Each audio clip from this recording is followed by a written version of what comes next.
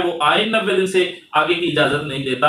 और जो ये तमाम चीजें हैं ये किस तरफ जा रही हैं, एक अनारकी की सूरत हाल मुल्क में पैदा होने जा रही है। और जो सुप्रीम कोर्ट में इलेक्शन कमीशन ने रिपोर्ट पढ़कर सुनाई, इंटेलिजेंस एजेंसी की तरफ से जो रिपोर्ट्स थी वो इलेक्शन कमीशन के वकील ने पढ़कर सुनाई, उसमें तो ये लगता था कि पाकिस्तान जो है इस वक्त दहशतगर्दी से इतना दो चार है कि पाकिस्तान का 80% जो हिस्सा है वो दहशतगर्दों के हिसार में है और मुल्क की जो हालात हैं वो बड़े खतरनाक हैं।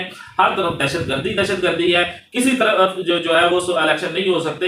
हालांकि कल कहा जा रहा था कि पैसे नहीं है, और जब जस्टिस ने कहा कि जजेस की तनख्वाहों से कटौती की जाए और दूसरे तनख्वाहों से अगर 5% भी कटौती की जाए तो जो है इलेक्शन हो सकते हैं। तो ये आज जो रिपोर्ट पेश की गई ये बड़ी खतरनाक रिपोर्ट थी जिसमें दहशतगर्दी का जिक्र किया गया। और अगर यही हालात रहे, जो रिपोर्ट है अगर ये इन्वेस्टर्स जो हैं उनको पता चलेगा तो वो अपनी इन्वेस्टमेंट करेंगे ही नहीं जो करना चाह रहे हैं, और जिन्होंने की हुई है वो फौरन इस मुल्क को छोड़ना चाहेंगे और अपनी इन्वेस्टमेंट इस मुल्क से निकालेंगे।